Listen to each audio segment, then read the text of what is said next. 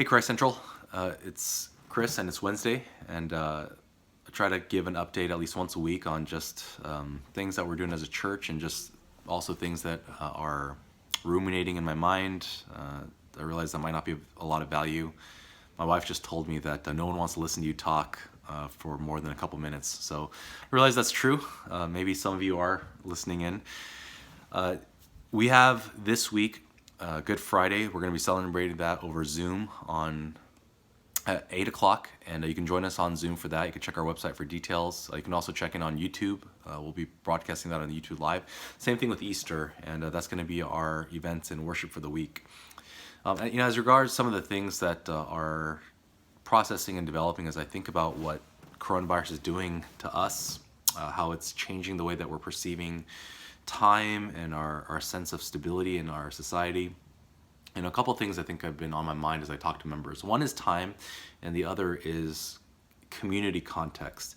As regards time, I think one of the challenging things that we're experiencing is that our sense of rhythm and liturgy in life is really obliterated throughout the lockdown. For some, the schedules are going on, right? You're going to work, you're doing your services to your society. But for a lot of us, it seems like time's really just been kind of thrown out. Our regular rhythms of work, of rest, of workplace and home, of family, and of community, all these things seem to be kind of mixed up and hit on a big reset. And it's impressed on my mind the need to have the importance of having liturgy now more than ever. That the Lord's Day really do or would remain set apart and holy. That we would abstain from working on the Lord's Day, and then being more diligent and mindful to do our work on the 6 days of the week from Monday to Saturday. And the importance of that, not just for the sense of productivity and industriousness, but in order to add some much needed segmentation to life, so that it's not just all this sort of landscape of work and things being all intermixed, but biblically, there's always been an important practice of keeping some things holy, of sort of apportioning off times or places or events or things that are not like the rest. And I find that all the more true these days, in which a deep part of being human is not having everything be everything, not having everything be work or everything be recreation or everything be family, but to be able to kind of draw some boundaries and lines around that. And what better way to do that than to obey God's command to us, to remember the Sabbath day and to keep it holy, to work 6 days and to work diligently, but to ingrain in our habits a period of rest and worship and reflection and meditation. And I hope that you can do that, if not every day, if not every day on a border of the day, at least to keep the Sabbath day set apart, and to really be mindful and active about resting that day, and filling that day with worship and prayer and the spiritual disciplines as much as we can in our disrupted schedules. The other thing, which I think doesn't have as easy of an answer, is how lacking community these days takes its toll. It's taking its toll in many ways. We miss church, but perhaps even more than that, at a broader scale, what our society is experiencing. Part of, I think, how we deal with crisis and emergencies and things of that nature. At first you're in a fight or flight mode.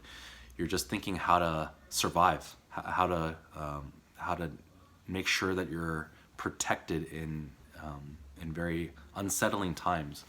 But soon after, it's like you begin to think about how you process those things internally and orient yourself to the times.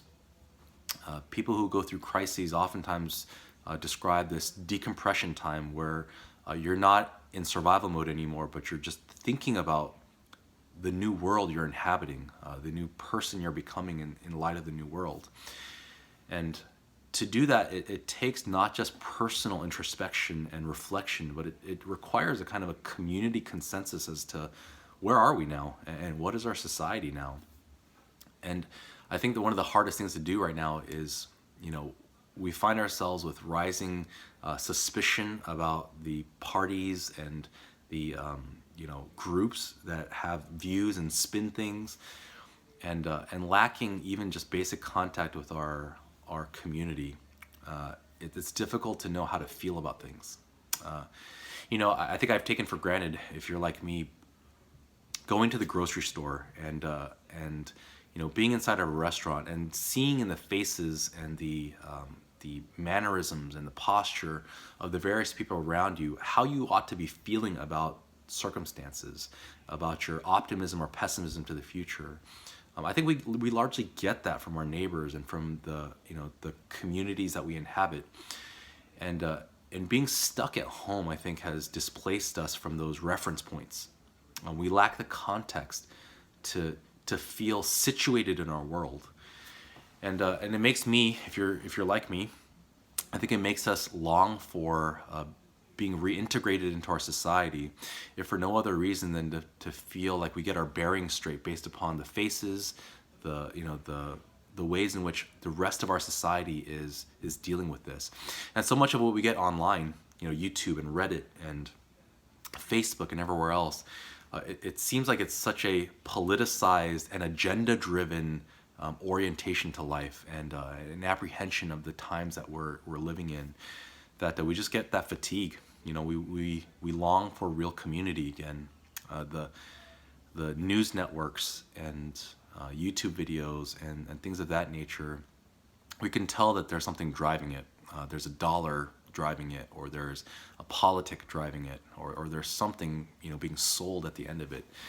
And maybe more than anything, we miss old-fashioned bakeries and coffee shops and grocery stores and neighborhoods.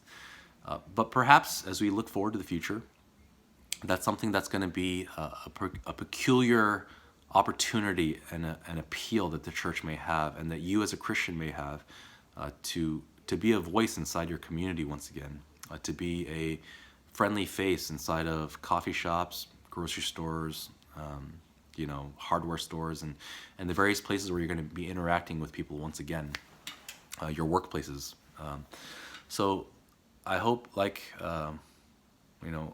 myself, and maybe as God is opening to you, we're finding both some resolution to the questions that are being formed, but at the same time, some openness to be a neighbor and a servant in times as people begin to formulate new ideas about their life and about their place in life and about security and significant questions about life and death. Pray that God speeds us along, and that His hand of mercy would be on us, and that we would find ourselves giving Him glory at the end of these things, even as it's a challenging season. May you reflect upon Christ, His passion, His suffering, His death, and His resurrection in this Holy Week, and may that give you strength and encouragement to trust in God alone and in His provision. Truly, Jesus and His resurrection is the only answer that can overcome all the questions that are really being asked in this season. It's in Jesus Christ. So may we, His church, keep on clinging to Him and clinging to one another as much as we can.